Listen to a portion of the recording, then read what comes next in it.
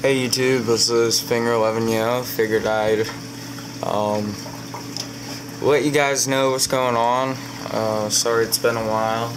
I've been busy with work and school, and also the tank crashed, and I wanted to make it look good before I start making videos again. What happened was we had cleaning people over at our house, and I think they got Windex in the tank.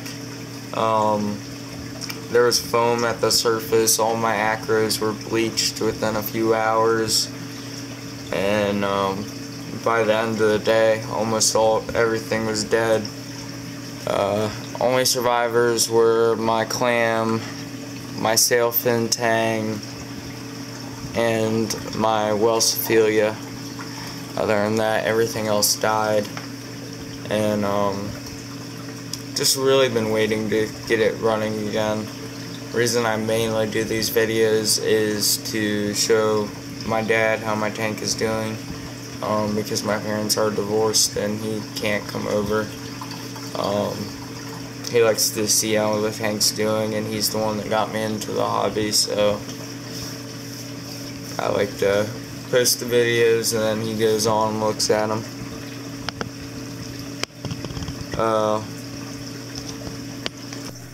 You see over there, there's my Durasa clam, one of the 2 survivors, or I guess 3 survivors if you count the tang. Then I got frog spawn, small colonies, zoanthids, and candy canes. Got a red chalice, some Dunkins. I'm trying to get more SPS, but I slowly came across a few pieces at work came in that I liked, so I picked them up. A few LPS pieces.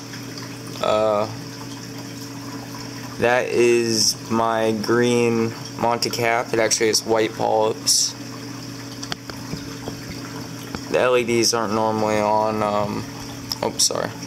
LEDs aren't normally on right now, so I had to turn them on, so not everything is open. That first piece right there, that is pink Pastrada. Next to it is blue Millie, red Millie right there. Piece back all the way in the back is about a 2-inch piece of blue Tort. I'm not familiar with the name of that acro. Got a blue stag. This is purple Slimer. It's Acropora Young Eye. I'm trying to get it to grow next to the green Slimer, which is also Acropora Young Eye. Small acro. This one is really cool. This is my favorite piece in the tank. This is a deep water acro. It's also my biggest piece, but even if it was a small piece, I think I'd still like it more than anything else. But it's just a deep water acro, and it looks really cool. Can't seem to find the scientific name for it. Sorry. Had to adjust the camera. But it's pretty sweet. Back on the back there, it's just a piece of regular green Millie. Another no-name macro. And if you go way back there, that is a piece of bonsai. It's purple with green polyps. It's pretty sweet. That's Monopora Sponjotes. Got a tricolor right there. A very weird acro right there. The coralites stick way out on it, and it really hasn't grown much since I got it, but it's pretty sweet. Bird's nest, random macro. This, I've seen it online called Pink Bubblegum Chalice. I can't seem to find any specific indicator on the exact species name, but I'm not really too concerned about finding what it is. It's got a normal thing of acans, a Scully, Wellsphelia, and then a Pavona. He's actually really cool. It's not really coming out on the camera, but that's another one of my favorites. Because it looks so close to an SPS, but really it's an LPS. Oh yeah, and I forgot, the green star polyps also survived. They're doing well. But the tank's coming along, slowly coming back. I was at one point where I was about to just scrap all the rock and start over, but I ended up doing like 600 or 700% water changes to get the chemical out of the water. And then I started over. I also redid the sump. I added a 38-gallon sump, same skimmer. Can't really see it there, but there's an Milwaukee right there, plumbing up. And then for a doser, I'm using Bubble Magus. It seems to be doing well. I'm not sure if it was in the last video or not, but I did make the switch over to LEDs. Sorry, I'm messing with the tripod right now as I'm trying to talk.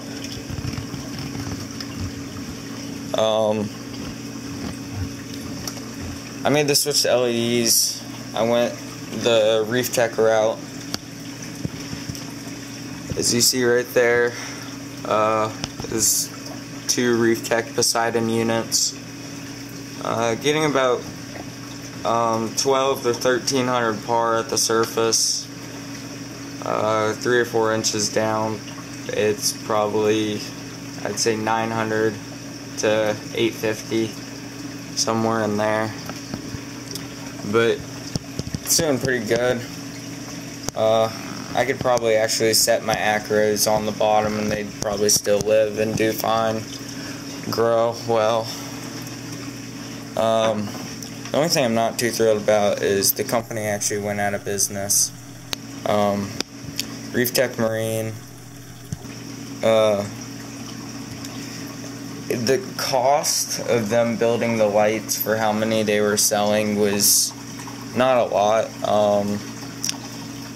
The fixtures were $1,000 a piece, and then they didn't really have the publicity that they needed. They weren't really advertising as much as they probably should have, but company went out, so I really don't have any customer service to back it up. But I'm really not too concerned, considering that the par sort of makes up for it. It's twice what the original Radions are doing. I haven't seen the new fixture yet. Actually, I don't even know if it's out yet, but the new Ecotech Radion. But even like with the highest projected par on the new Radions, I think it was only like 850 or 900 at the surface, and that wasn't really that impressive to me. So I think I'm gonna stick with these. The programming's a little bit harder to use, but once you learn it, it's pretty easy. It's just getting past learning it. It has red, blue, royal blue, white, cool white, UV, and like a moonlight blue. I think are all the colors. And green, I'm not sure if I said that. But really, the only things I run at night are UV at like 5% and then the moonlight's at like 2%. Just enough so I can really see the color on the coral lights come out. And it's pretty nice. I'm getting some good growth so far. Oh, one last piece I forgot. Up there, that is purple encrusting Monopora. It doesn't really come out well on the camera because the LEDs, but it's pretty sweet. It's one of my favorite pieces. But yeah, I'll do an update on the basement tank here soon. It's doing pretty well. It's actually outgrown this tank now because it has 2 of the lights on it as well, and we actually have to turn them back, where these ones I can run 100% and not bleach anything as long as my levels are fine. And that's another misconception in the hobby is, oh, I'm running my AI souls at 30% and I'm bleaching all my corals. And if that's happening, it's not your lights. I'm sorry to tell you, it's something you're doing. Unless if you're running ozone and carbon and a lot of the other stuff. My biggest thing is, yeah, I'm running 1300 at the surface, but I'm not running carbon. What carbon does is it removes the yellowing compound in the water, and when that yellowing compound is removed, even like if I had my lights at like 75%, it could still burn the corals, and that's really why I don't use it. I guess it probably could have helped in saving my tank, but with the amount of foam that was on the surface, I doubt it would have helped that much. And I just really would rather get better growth than not have to worry about the carbon going bad and releasing all of the chemicals that it's stored up over the past month back into my tank. Or the ozone going bad and destroying my tank, or even like wiping out everything.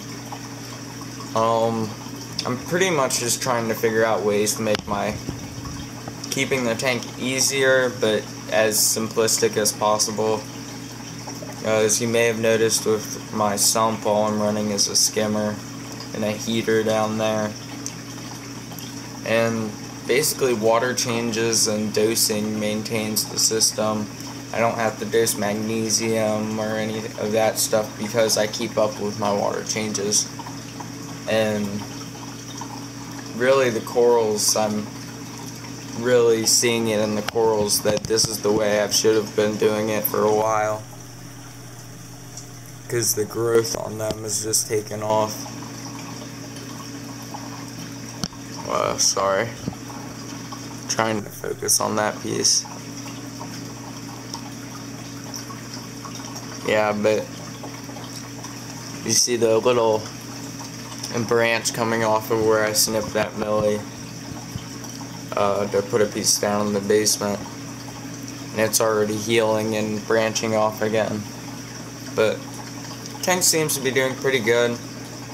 There's one other fish in here. It's a blue hippo tang, but it seems to be hiding right now. I saw him earlier today. Probably see him in the next video, but yeah, this is Finger 11 Yo, and I'm out. Peace.